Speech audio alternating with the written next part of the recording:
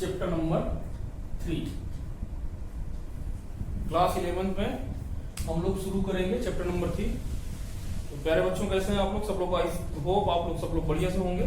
तो ये आपका प्यारा चैनल ओलंपिया क्लासेस। तो चलिए शुरू करते हैं क्लास 11th में चैप्टर नंबर 3। ठीक है, चैप्टर का नाम क्या है आपके?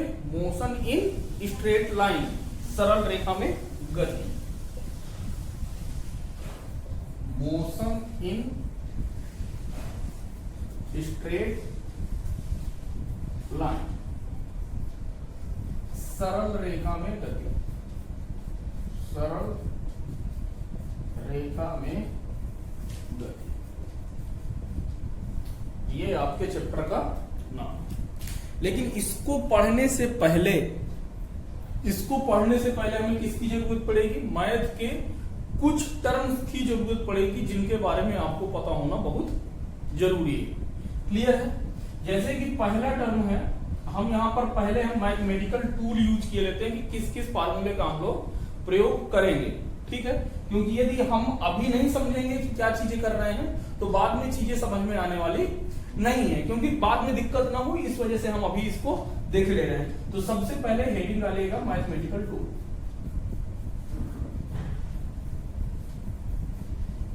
मैथमेटिकल टूल, ठीक है, गणितीय सूत्र। गणितीय सूत्र, क्लियर? तो इसमें सबसे पहले हमें पता क्या होना चाहिए? हमें पता होना चाहिए डिफरेंशिएशन के बारे में। किसके बारे में? डिफरेंशिएशन। हिंदी में क्या कहते हैं इसे? अवकलन। डिफरेंशिएशन, अवकलन। अवकलन की यदि हम बात करें तो अवकलन किसे कहते हैं? अवकलन होता है जैसे किसी संख्या को घटाना, किसी संख्या को घटाना। डिफरेंशिएशन का मतलब है अंतर। नाम तो पता चला ना, डिफरेंस। तो उसी तरीके उसी से क्या बना है? डिफरेंशिएशन। इसी को क्या कहते हैं? अवकलन। मतलब उसमें कमी आना। बात पता चल रहा है? इसका जो लेटरल मीनिंग क्या है? इसका मतलब है, इसका मतलब है घटाना। क्लियर? इसका क्या मतलब है? घटाना। ठीक है, देखिए कुछ फार्मूले आपको पता होना चाहिए। यदि आपको फार्मूले पता रहेंगे तभी आप डिफरेंशिएशन अच्छे से लगा पाएंगे, अदरवाइज नहीं लगा पाएंगे। जैसे डिफरेंशिएशन का मतलब है कि जैसे मैं आपको बता दूं, डिफरेंशिएशन का साइन क्या होता है? dx। क्या होता है? dx। dx का मतलब क्या है? अंतर। ठीक है, dx का क्या मतलब है? अंतर है। यदि किसी के बीच में बहुत कम अंतर होता है, क्या हो? बहुत कम अंतर हो, तो उसे क्या कहते हैं? डिफरेंशिएशन कहते हैं। क्या कहते हैं? यदि किसी की वैल्यू में बहुत कम अंतर होता है तो उसे क्या कहते हैं? डिफरेंशिएशन कहते हैं। उसे किससे रिप्रेजेंट करते हैं? dx से। ठीक है, अब किसके रिस्पेक्ट में कम हो रहा है? भाई ये dx अपने आप तो नहीं कम होगा ना। हम किसी चीज को ऊपर या नीचे करेंगे तो किसी के रिस्पेक्ट में कितना घट रहा है या बढ़ रहा है, वो क्या कहलाता है? डिफरेंशिएशन। इसको हम लिखते हैं कि dy बाई dx। क्या कहते हैं? dx। कि y में कितनी कमी आ रही है x के रिस्पेक्ट में। y में कितनी कमी आ रही है x के रिस्पेक्ट में, मतलब x के सापेक्ष, मतलब y के सापेक्ष में x में कितनी कमी आ रही है, ये मतलब है। बात समझ में आया कि कितनी कमी आ रही है y में x के सापेक्ष। ये dy बाई dx का क्या मतलब है? कि इस समीकरण को x के सापेक्ष अवकलन किया गया है। लिख लो, इसका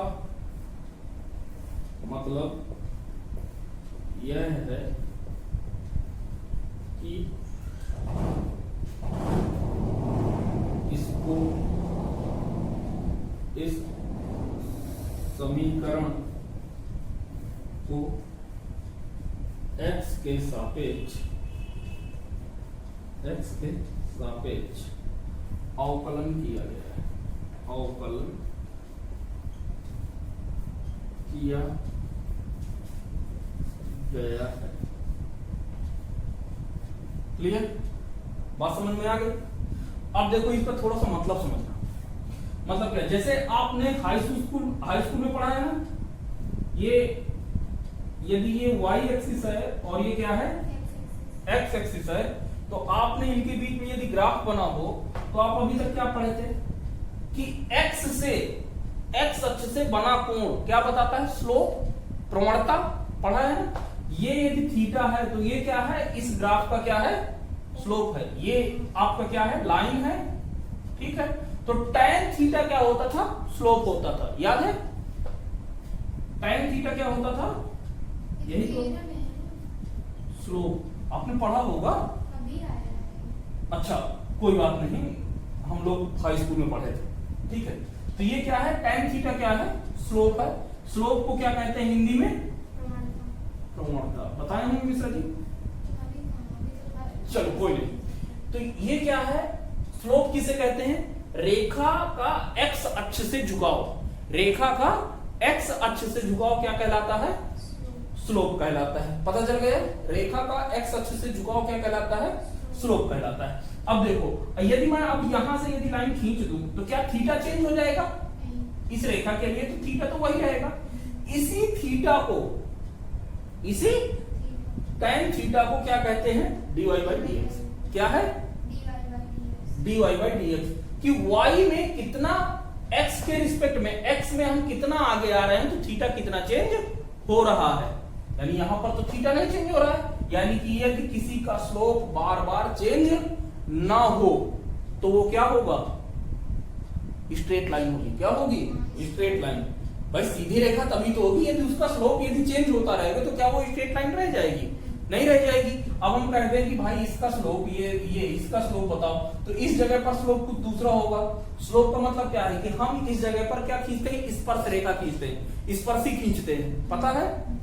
तो ये स्पर्शी खींचा, फिर इधर से यहां पर स्लोप क्या होगा? तो यहां पर स्लोप ये होगा, यहां पर स्लोप कुछ ऐसा होगा। तो स्लोप क्या है? हर जगह पर चेंज हो रहा है। तो यदि किसी का स्लोप यदि कैसा है? एक समान है, समय के साथ बदल नहीं रहा है, चाहे कुछ भी हो जाए, 2 घंटे बाद देखो, 4 घंटे बाद देखो, यदि स्लोप क्या है? कांस्टेंट है, तो यानी कि वो कैसा कर्व होगा?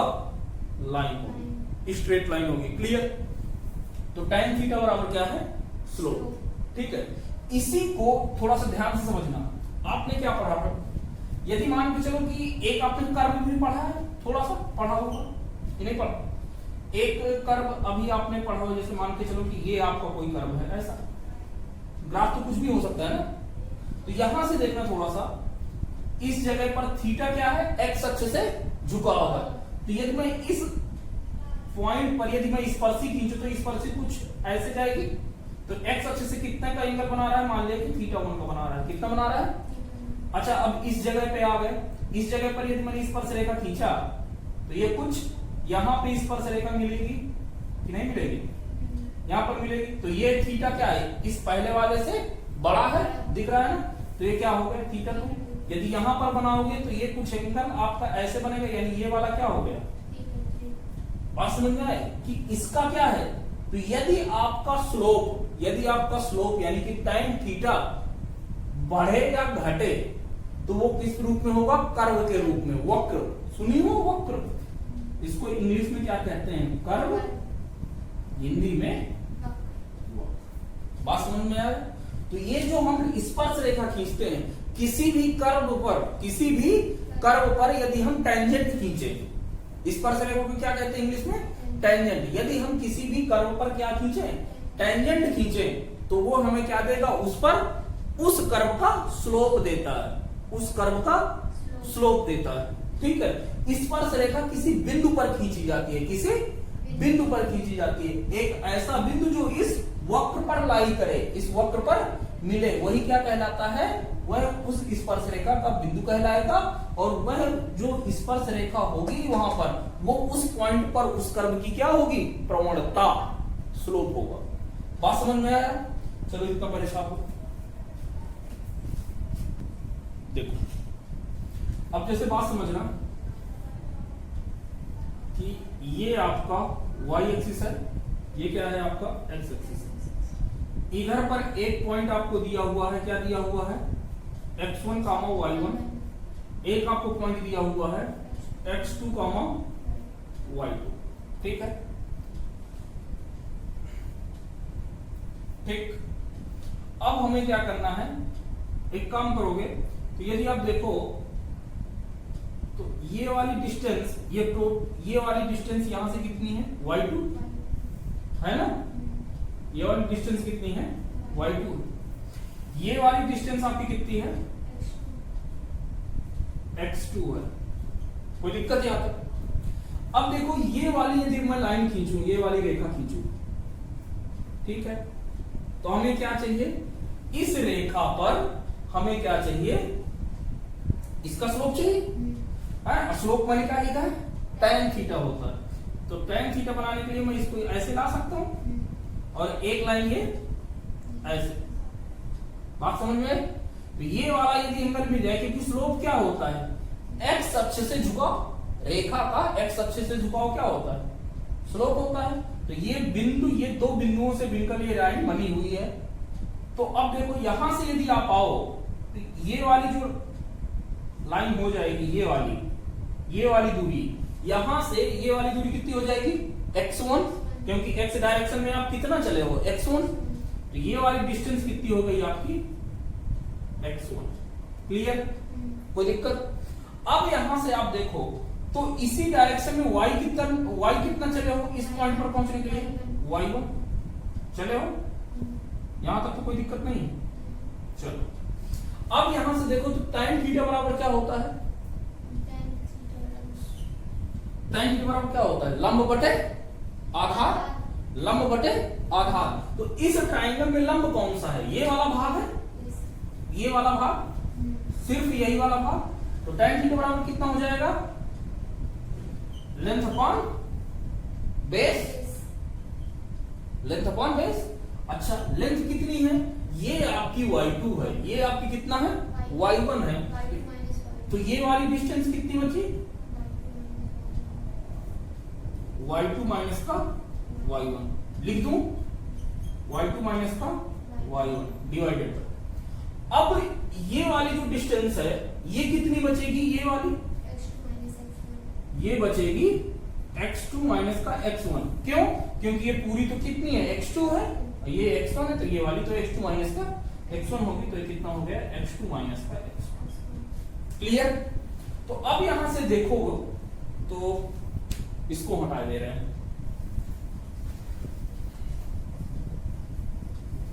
बात समझना। ये आपने क्या लिख लिया, tan थीटा बराबर y2 माइनस का y1 divided by x2 minus का x1, ठीक। और अब यदि ये कह दे कि ये पॉइंट बहुत पास है, ये पॉइंट बहुत पास है, यदि बिंदु 1 व बिंदु 2 बहुत पास हो, ठीक है, ठीक है। तो अब थोड़ा सा देखना कि यदि ये वाला पॉइंट, ये पॉइंट 1 है तुम्हारा, ये पॉइंट क्या है, मान लीजिए ये पॉइंट कितना है, 2 है, मैं थोड़ा सा सेपरेट दिखा दिया हूं।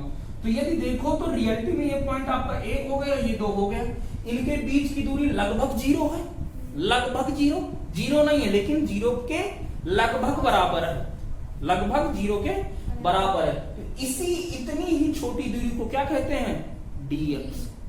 क्या कहते हैं, dx, कि वह दूरी 0 नहीं है लेकिन लगभग 0 के क्या है, बराबर है। बात समझ में आई। तो यहां से पॉइंट आपके बहुत पास है, यानी कि y2 माइनस का y1 ये आपका लगभग 0 की तरफ टेंस कर रहा, मतलब 0 होने ही वाला है। इसी तरीके से x2 माइनस का x1 ये क्या होने वाला है, 0 होने वाला है, क्योंकि पॉइंटों के बीच की दूरी है ना भाई। x1 माइनस x2 क्या बता रहा है, x2 माइनस x1 क्या बता रहा है, ये बता रहा है कि उस पॉइंट से कितनी दूर पर है। तो दूरी लगभग कितनी है, लगभग 0 नहीं है लेकिन लगभग 0 है। तो इसको यदि कोई दूरी बहुत छोटी हो जाती है, कोई दूरी बहुत छोटी हो जाती है, तो उसे हम d के रूप में लिख लेते हैं। किसके रूप में, डी के रूप में। तो इसी वजह से ये tan थीटा बराबर y2 माइनस का y1 divided by x2 minus का x1, और ये बराबर हो जाएगा, ये किसके रूप में है, y के रिस्पेक्ट में, तो dy डिवाइडेड बाई dx। ठीक है, यही क्या कहलाता है, स्लोप, और यही क्या कहलाता है, अवकलन। छापो। ठीक, चलिए अब जो है हम लोग कुछ फार्मूले देख लें। जैसे कि x की पावर, पहला फार्मूला है कि आपको क्या करना है, x की पावर n का क्या करना है, डिफरेंशिएशन करना है, मतलब अवकलन करना है। तो ये बराबर होता है, ये जो भी पावर होती है वो कहां पर आ जाती है, बाहर आ जाती है, तो n, और पावर फिर लिख दिया x n, ठीक है, n कहां पर आ जाएगा, बाहर आ जाएगा, इसको पूरा उसी तरह लिख दिया, और इस पावर पे, x की पावर पे क्या कर देंगे, एक घटा देंगे। तो यदि कहीं लिखा हुआ है x की पावर n dx, तो इसका मतलब क्या हुआ, ये इसके बराबर होगा। जैसे एग्जांपल दें, कहीं पर लिखा हुआ है, मान के चलो कि x की पावर 3 लिखा हुआ है, कितना लिखा हुआ है, और इसका डिफरेंशिएशन कर रहे हैं, तो कितना हो जाएगा, पावर कितना है, 3 बाहर आ गया, पावर में एक घट जाएगा, पावर में एक घट जाएगा, तो x 3x स्क्वायर खत्म हुआ। ठीक है, इसी तरीके से यदि कहीं लिखा हुआ, पहले बात समझ लो, यदि कहीं लिखा हुआ है 5x स्क्वायर, कितना लिखा हुआ है, 5x स्क्वायर, इसका करोगे तो देखो इसका अवकलन क्या हो जाएगा, इसका तो मतलब ये तो क्योंकि इसके साथ मल्टीप्लाई है ना, तो 5 तो वही उसी तरह रहेगा, 2 का क्या होगा, बाहर आएगा, इंटू 2 x की पावर 2 माइनस 1, भाई जो भी पावर होगी उसमें से एक घट जाएगा, तो ये कितना हो जाएगा, 10x। ठीक है, कर लोगे, कोई दिक्कत। दूसरा, log x का डिफरेंशिएशन कितना होता है, 1/x, कितना होता है, 1/x। तीसरा आपका e की पावर x का डिफरेंशिएशन कितना होता है, e की पावर x, कितना होता है, e की पावर x। हाँ, चौथा आपका होता है a की पावर x का डिफरेंशिएशन क्या होता है, थोड़ा सा ध्यान देना, a की पावर x log a, क्या होता है, log a। जैसे मान के चलो कि एग्जांपल में आपका लिखा हुआ है, मान के चलो कि ये लिखा हुआ है 4 की पावर x, कितना लिखा हुआ है, 4 की पावर x का, तो इसका डिफरेंशिएशन करोगे तो कितना आ जाएगा मेरे भाई, ये आ जाएगा a की पावर x, तो a की पावर x का मतलब क्या हुआ, a की जगह पे कितना है, 4, तो 4x log a।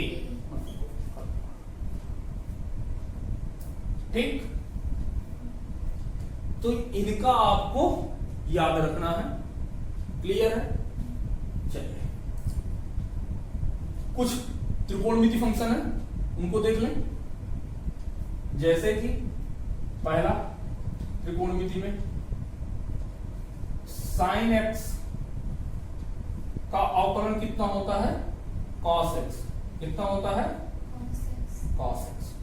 दूसरा cos x का अवकलन कितना होता है, माइनस साइन x, कितना होता है, माइनस साइन x। तीसरा आपका क्या है, tan x, क्या है, tan x का कितना होता है, sec u इंटू v का। मतलब कि यदि आपका कहीं पे u इंटू v, मान के चलो कोई एक फंक्शन u है, दूसरा फंक्शन v है, और इसका हमें डिफरेंशिएशन लिखना है, तो क्या करोगे, फर्स्ट फंक्शन इंटू सेकेंड का डिफरेंशिएशन, ठीक है, माइनस, ठीक, second function into second function into first का डिफरेंशिएशन, इसके रिस्पेक्ट में कर दो, खत्म बात। क्लियर? सारे माइनस में होता है कि प्लस में होता है? चलो कोई नहीं, जब क्वेश्चन करेंगे तो देख लेंगे, ठीक है। फार्मूला भी नहीं, तो ये तुम्हारा हो गया किसका? डिफरेंशिएशन। अब आते हैं इंटीग्रेशन पे, लिख गए? अब आते हैं इंटीग्रेशन। इंटीग्रेशन का मतलब समाकलन। देखो समाकलन का प्रयोग हम कब करते हैं? आखिरकार समाकलन की हमें जरूरत क्या पड़ी? समाकलन का अर्थ है जोड़ना। क्या है?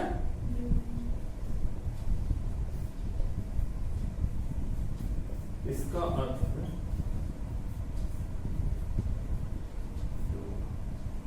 क्लियर? तो देखो यहां से क्या होता है कि यदि ये y है और ये x है, ठीक है, यदि कोई रेखा आपको कुछ ऐसे दी हुई है, ठीक है, तो आप इसका क्या कर सकते हो? समाकलन का अर्थ है कि इसका ग्राफ के अंदर का एरिया निकाल लो और जो एरिया है वो क्या है? उसका समाकलन हो जाएगा। क्या हो जाएगा? समाकलन हो जाएगा। तो ये तो साफ साफ दिख रहा है कि ये क्या होगा, इसका यदि इस लाइन का यदि ग्राफ देखें तो इसके जो अंदर का जो एरिया होगा वो क्या हो जाएगा? ट्रायंगल बना रहा है ना, तो आप त्रिभुज का क्षेत्रफल निकाल लोगे, आंसर वो आपको क्या हो जाएगा? समाकलन। यदि आपको ग्राफ कुछ ऐसा दे दे तो भाई इसका तो आपको पता था तो निकाल लिए, इस वाले का भी पता है, यहां से आपने कर दिया, ये लाइन पता है, कह दिया कि सर ये x है, ये y है, तो आप इस रेक्टेंगल का या स्क्वायर का क्षेत्रफल निकाल लोगे, कह दोगे कि ये इसका समाकलन हो गया। लेकिन यदि आपका ग्राफ कुछ वो ऐसे दे दे तब कुछ पता चल रहा है क्या? निकाल लोगे इसका एरिया? नहीं निकाल पाओगे। उस समय पर किसका कौन प्रयोग में आएगा? समाकलन। कौन प्रयोग में आएगा? समाकलन। अब देखो ये जो समाकलन है, तो यहां से क्या करेंगे? इसका समाकलन निकालने के लिए क्या करेंगे? इसका समाकलन निकालने के लिए हम करेंगे यहां से एक छोटा सा एलिमेंट काट लेंगे। क्या काटेंगे? छोटा सा एलिमेंट काटेंगे, बिल्कुल छोटा सा, ठीक है, एकदम से पतली सी स्लाइड काट लेंगे इसकी, ठीक है, जो यहां से मान ले कि कितनी है, ये dy है, कितना है? dy। इसकी जो ये वाली जो लेंथ है, ये वाली कितनी है? dy है, बिल्कुल छोटी सी स्ट्रिप में आता है, और इसकी जो थिकनेस है वो कितनी है? dx। तो अब इसका एरिया आप निकाल लोगे, इस स्ट्रिप का एरिया निकाल नहीं लोगे? ये स्ट्रिप बिल्कुल छोटी सी पतली सी स्ट्रिप है, तो जब बहुत पतली है तो इसका एरिया कितना हो जाएगा? dy अपॉन dx क्यों होगा भाई? ये स्ट्रिप है, अब देखो ना ये इस तरीके का है, तो इसका एरिया नहीं निकाल लोगे, ये तो रेक्टेंगल दिख रहा है ना भाई, जिसकी इतनी जितनी भी हाइट होगी तो वो हाइट इनटू भाई लंबाई गुणे चौड़ाई, यही तो होता है, कुछ और होता है एरिया, तो यहां से निकाल लिया।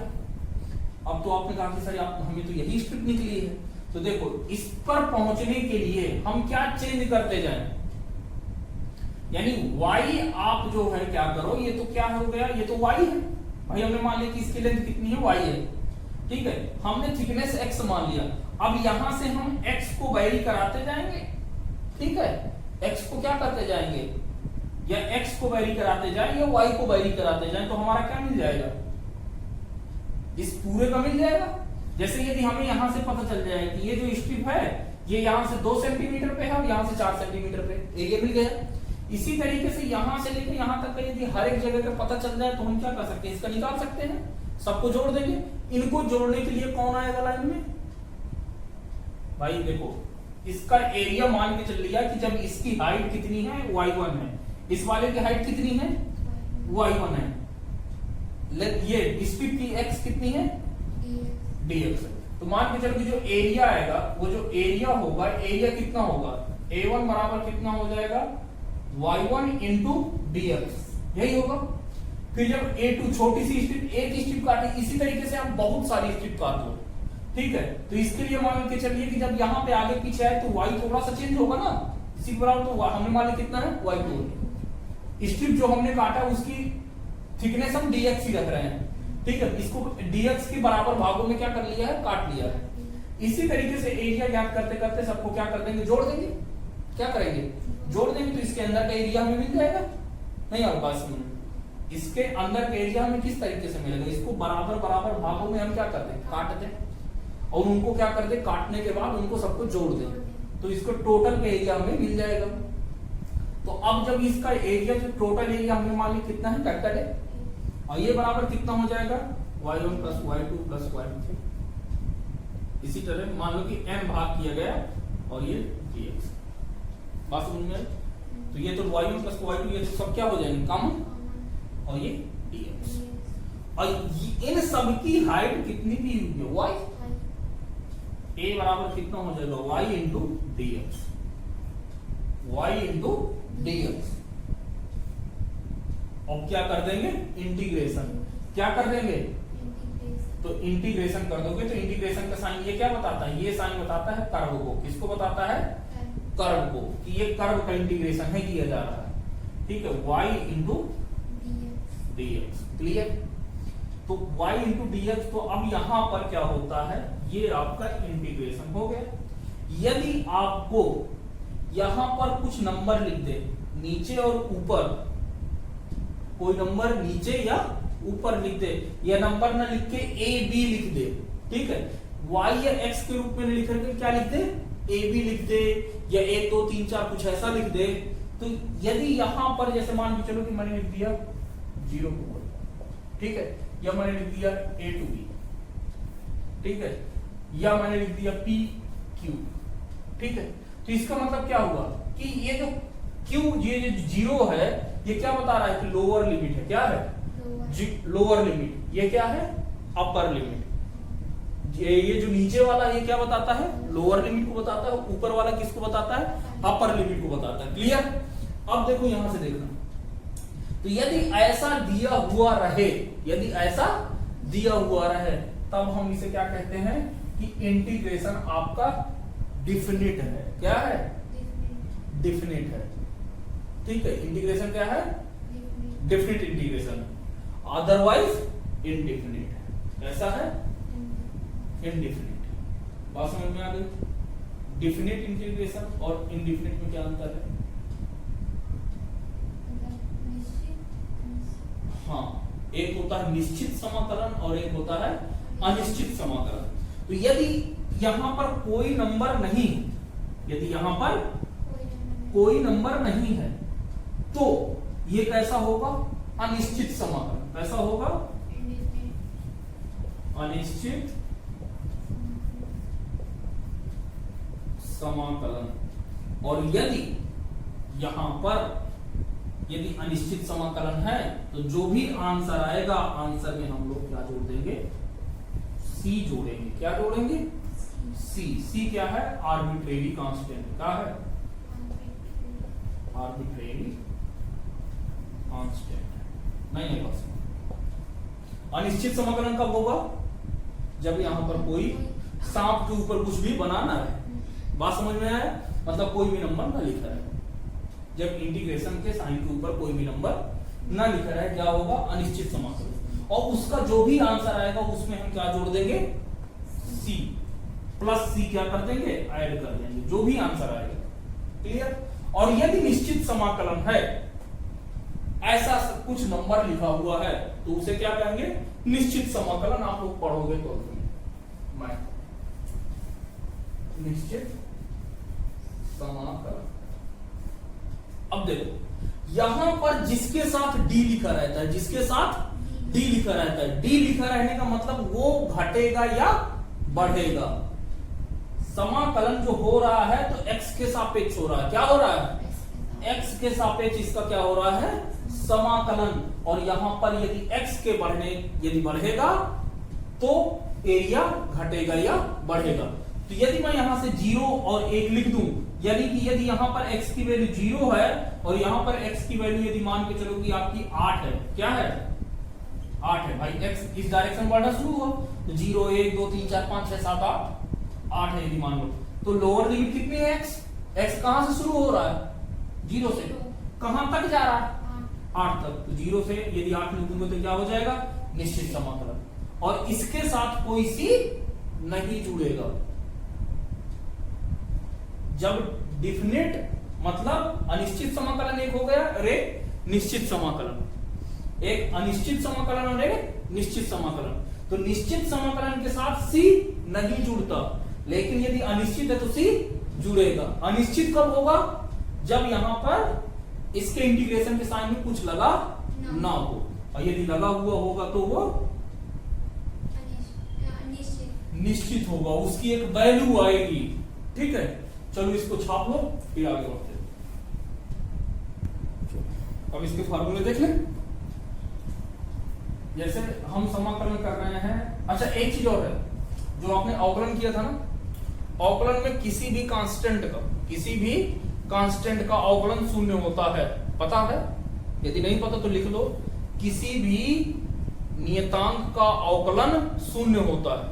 नोट करके लिख लो, किसी भी नियतांक का अवकलन शून्य होता है। ठीक है, यानी यदि मैं पूछूं कि एक का डिफरेंशिएशन क्या होगा, 1 इंटू dx का डिफरेंशिएशन तो कितना होगा? 0। ठीक है, यदि कहीं 5 लिखा हुआ है 5 dx तो इसका डिफरेंशिएशन 0। किसी भी नंबर का डिफरेंशिएशन क्या होता है? 0 होता है। अब बात आती है इंटीग्रेशन की। किसकी बात आती है?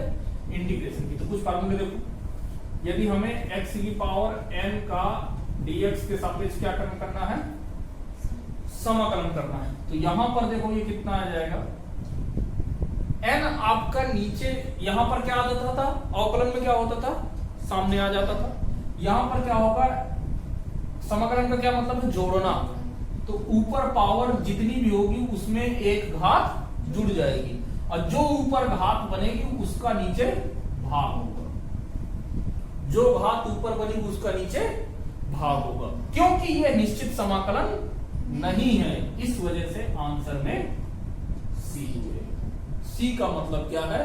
आर्बिट्रेरी कांस्टेंट, यानी कि कोई एक नियतांक है। क्लियर? अब जैसे एग्जांपल देखो, जैसे आप कर रहे हो 3x की पावर 4 का आपको क्या करना है? समाकलन करना है। तो आप क्या करोगे? 3 तो बाहर है, 3 आप बाहर ले लो, ये कितना हो जाएगा? x की पावर 4 dx। ठीक है, क्योंकि देखो समाकलन में जो नियतांक होता है, पहले ध्यान समझ लो, समाकलन में जो नियतांक होता है वो समाकलन के चिन्ह से आगे बाहर निकल आता है। ये निकल गया। अब ये क्या बचा? x की पावर 4 इंटू dx, मतलब क्या है? ये वाला है ना, ऐसा बन गया। तो क्या होगा? 3, अब इसका समाकलन कितना हो जाएगा? x की पावर 5 डिवाइडेड बाई 5 प्लस का। क्लियर हो गया? बहुत अच्छी बात।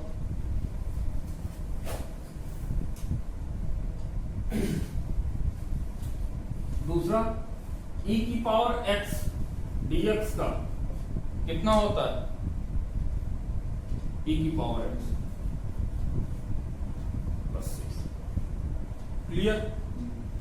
अच्छा एक चीज मैं आपको और बता दूं, समाकलन अवकलन का उल्टा होता है, पता है ना भाई? उसमें क्या करते थे? उसका काम घटाना था, इसका काम क्या है? जोड़ना। तो उल्टा ही तो है ना, जोड़ना या घटाना एक दूसरे के विपरीत ही तो है। तो चाहे समाकलन कहूं या अवकलन कहूं, दोनों एक दूसरे के क्या है? विपरीत है। क्लियर? चल तीसरा मुद्दे की बात,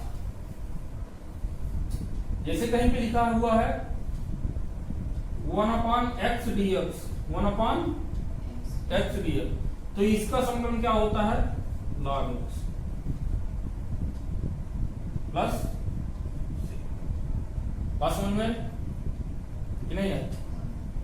अच्छा, यदि कहीं पे लिखा हुआ है समाकलन 1 इंटू dx, तो इसका समाकलन क्या हो जाएगा? देखो पहले बात सुनो। नहीं देखो, इसको 1 को मैं क्या लिख सकता हूं? x की पावर 0 लिख सकता हूं। तो किसी की भी घात में यदि 0 लगा देते हैं तो उसकी वैल्यू 1 हो जाती है। आई इंटू ये dx लिखा हुआ है कि नहीं लिखा हुआ?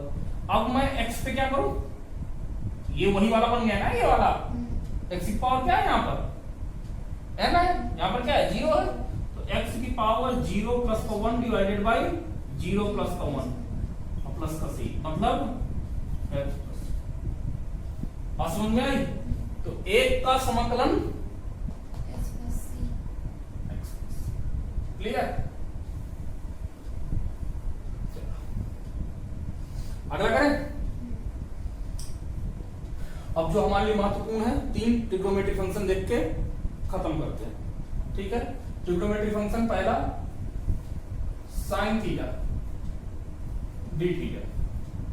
अच्छा एक चीज और ध्यान देना, समाकलन करते समय इस बात का महत्वपूर्ण ध्यान देना है कि यहां पर जो थीटा है, मतलब यहां पर जो लिखा हुआ है और जो यहां पर लिखा हुआ वो सेम होना चाहिए। क्या होना चाहिए? सेम। जैसे यहां पर देखो x है तो ये dx है, यहां पर x है तो यह भी dx है, ठीक है ना। मतलब यदि यहां पर थीटा है मैं यहां पर dx कर दूं तो नहीं होगा, ठीक है। फिर साइन थीटा क्या हो जाएगा? कांस्टेंट। क्या हो गया? कांस्टेंट, वो बाहर निकल आएगा। फिर कहेगा dx मुझे अवकलन कर दो, तो dx कहां? ये रहा, ठीक है। इस हिसाब से होगा। बात समझ में? तो साइन थीटा का अवकलन क्या होता है? Minus cos theta. कितना होता है? Cos theta. दूसरा कॉस थीटा का समाकलन साइन थीटा क्या होता है? Sine theta. तीसरा tan थीटा का, tan थीटा का होता है sec x प्लस का tan x, sec x plus का tan x। या ये थीटा लिखा तो थीटा कर देना, कोई बात नहीं, ठीक है। आप यहां पर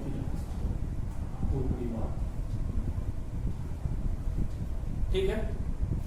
एक चीज जैसे मान के चलो कि मैं तुम्हें एग्जांपल बता रहा हूं, जैसे कहीं पे लिखा हुआ integration of 3t square plus का 5t प्लस का 2 और dt के सापेक्ष आपको क्या करना है?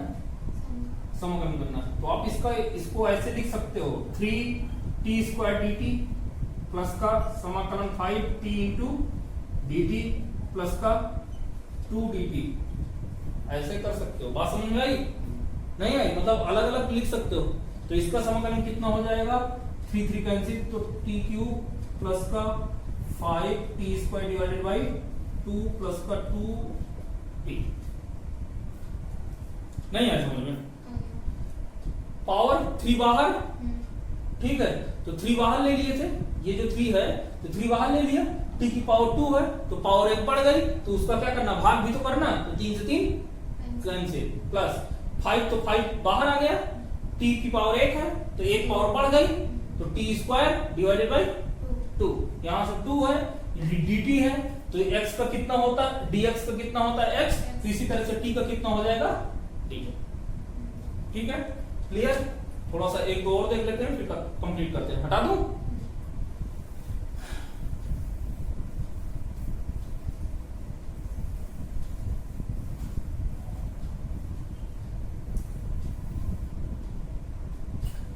अब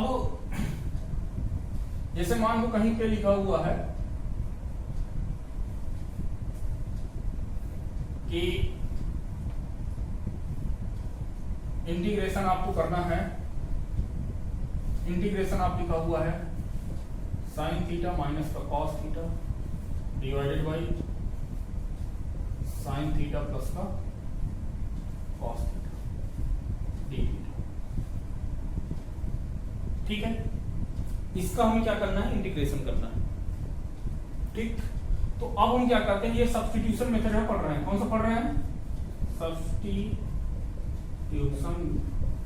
मेथड। यहां पर क्या करते हैं? ऐसा बुद्धि लगाते हैं, भेजा लगाएंगे कि हम किसी की जगह पे किसी की जगह पे हम कुछ ना कुछ लिख दें। जैसे यदि मैं साइन थीटा प्लस का कॉस थीटा की जगह पर मैं यदि टी लिख दूं, माना क्या sine theta plus cos theta बराबर टी, तो यदि मैं टी का, अब देखो यदि मैं टी का थीटा के सापेक्ष क्या कर दूं, अवकलन कर दूं, क्या कर दूं, अवकलन कर दूं, तो D theta by D T is equal to D theta by D T is equal to कितना हो जाएगा, या D T by D theta, क्योंकि थीटा के सापेक्ष कर रहे हैं ना, तो D T by D theta is equal to ये कितना हो जाएगा, साइन थीटा का अवकलन कितना होता है, कॉस थीटा, ये इंटीग्रेशन है होता है, साइन थीटा का अवकलन कॉस थीटा, साइन थीटा का अवकलन क्या क्या होता है, कॉस थीटा, और इसका अवकलन क्या होता है, माइनस का कॉस थीटा का अवकलन माइनस साइन थीटा। ठीक है, यार एक मिनट मैंने गलत कर दिया क्या, हाँ ये जो है ये cos theta minus sine theta.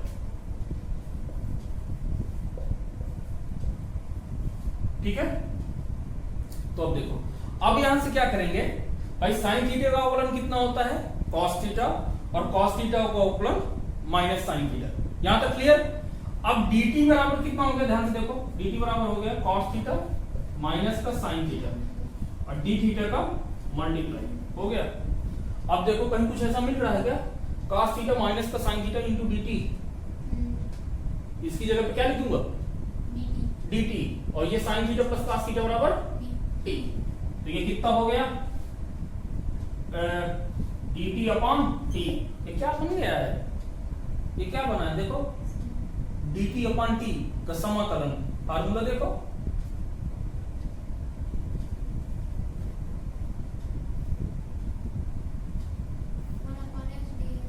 हाँ उसी तरीके से ये लिखा हुआ है, कितना हो जाएगा, log t प्लस c, तो t की जगह पे क्या लिख दोगे, sin theta plus cos theta, that's the answer. ठीक है, तो ऐसे करना है।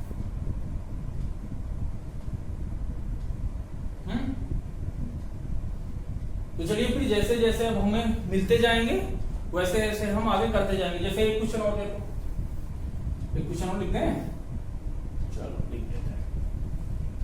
जैसे एक क्वेश्चन है, x dx divided by x square plus का 1, इसका क्या करना है, समाकलन। क्या करोगे बेटा, प्रतिस्थापन विधि से है, इससे है प्रतिस्थापन विधि से, मतलब सब्स्टिट्यूशन मेथड से। क्या करोगे, t, let X square plus 1 equal to t, differentiate with respect to x है, तो x के सापेक्ष अवकलन dt by dx, x equal to कितना हो जाएगा, इसका डिफरेंशिएशन कितना हो जाएगा, x स्क्वायर का अवकलन 2x ना, 1 का 0, तो dt इक्वल टू कितना हो जाएगा, 2x dx बराबर इतना, तो dt बराबर कितना है, तो x dx पर हमें चाहिए ना, हमें कितना चाहिए, x dx बराबर कितना हो जाएगा, dt बाई 2, वैल्यू पुट करो, खत्म बात। x dx की जगह dt बाई 2 बटे t, यही था नहीं था, तो यहां से कितना हो जाएगा, 1 बटे 2 तो बाहर आ गया, dt बाई t ना, तो ये कितना हो जाएगा, 1 बटे 2 log t, t की जगह पे कितना है, प्लस का c भी तो करोगे, log x square plus 1। Clear.